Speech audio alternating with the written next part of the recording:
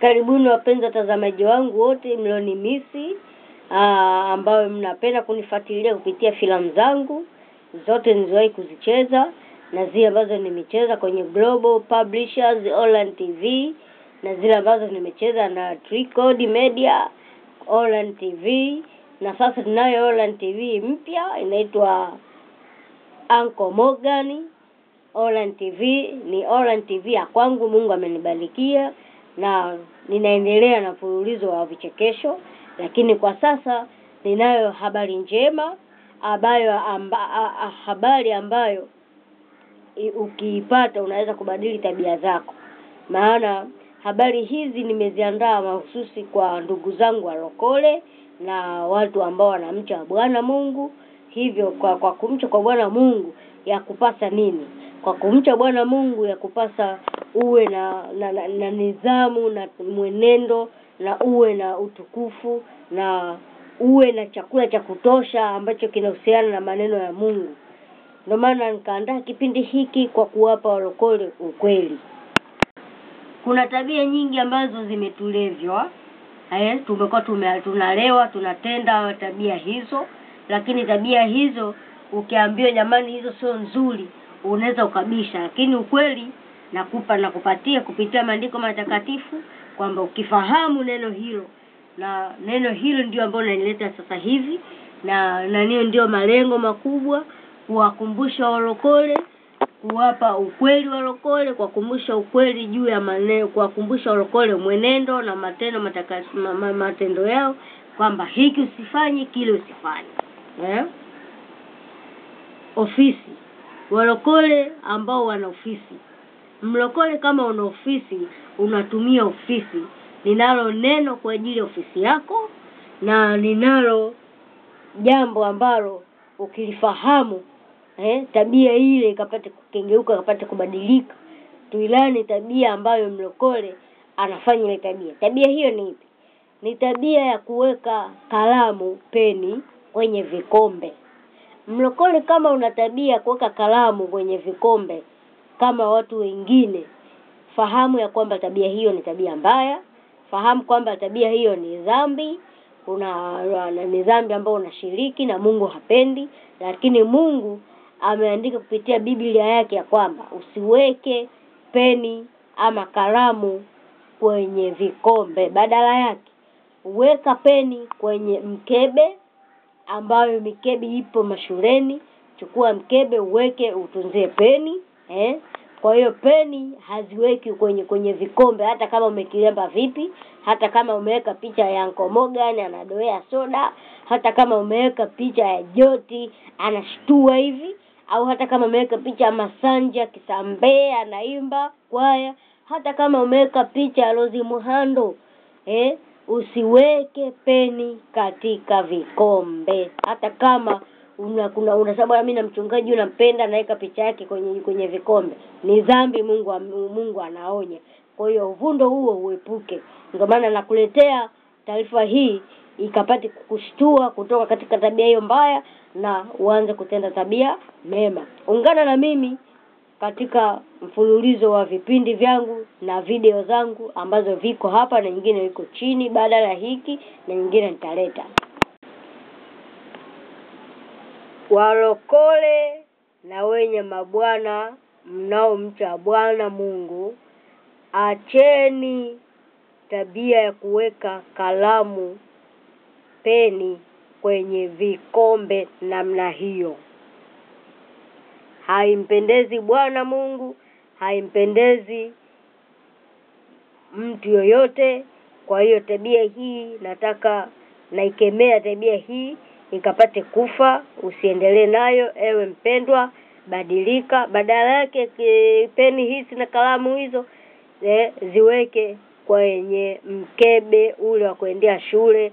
Tafuta mkebe kuendea shule, una kila aina ya mkebe.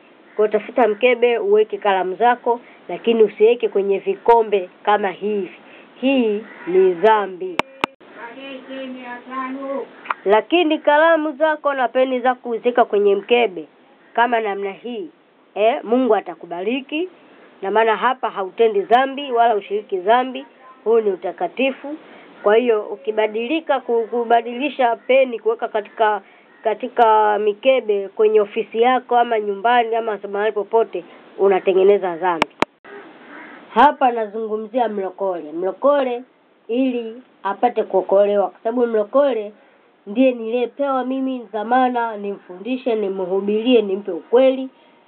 Asije kasema bwana mchungaji Morgan umepita hujanipa ukweli. Mchungaji Morgan angalau nimegadhibikiwa, nimetendwa vibaya, kumbe andiko hili unalifahamu. Lakini mimi kwa upendo wangu si anasa, nikaamua nikupe ukweli wa andiko hili ya kwamba Mungu anakataa peni na kalamu zisiwekwe kwenye kikombe, hata kama kikombe kiwe kizuri, kiwe kikombe cha dhahabu ama kikombe kile ambacho Dida ameshinda, akaamua bwana mlokole mwenzangu chukua tuzo hii, mimi Dida nakupa, usiweke kalamu kwenye vikombe hata kama hiki cha dhahabu au kama kikombe cha champion, hiyo kikombe cha Premier League, hiyo kikombe cha Emirates FA Cup, hiyo kikombe cha Europa, hiyo kikombe cha dongo, hiyo kikombe cha plastiki, hiyo kikombe cha namna yoyote, hata kama ni kikombe ambacho kina picha yangu na mimi napenda picha zangu kwenye kikombe hicho kitumie kunywa soda, kunywa chai. Ofisini kama umeweka picha yangu, unaruhusiwa kutumia picha yangu ya aina yoyote, picha nzuri, unachukua bwana mimi shabiki yako, nimeokoka, nachukua picha hii naweka kwenye vikombe, mnaruhusiwa kuweka. Lakini kikombe kile sio kuweka peni, ni dhambi, Mungu atakuhukumu na jambo hilo. Hivyo mlokole mwapo kazini, hakikisha unamuonya hata bosi wako, mkurugenzi wako, mtendaji wako kwamba peni usiweke kwenye kikombe, ni dhambi. Uncle Morgan amefundisha ya kwamba peni kuweka juu ya kikombe ni dhambi. Naombeni nyinyi nyote Mungu awapendeni, awabarikieni ambao mtatii na kuheshimu taarifa hii na mahubiri yangu haya na vibonzo vyangu hivi ambavyo navileta. Mungu awabarikini sana endapo utatii na kuheshimu hii ya kwamba ofisini hutaweka peni kwenye vikombe, badala yake kwenye mkebe. Chukua mkebe wako mzuri, weka peni zako hapo safi. Walokole na wenye mabwana, acheni kutumia peni kwa kuziweka juu ya kikombe. Badala yake mkebe kama ilivyoelekezwa. Ndugu zangu, wapenzi wangu, walokole wenzangu, watazamaji wa maonesho yangu ya ucheshi, na wakaribisha sana kwa shukrani karimu. Karibuni sana katika kipindi changu hiki.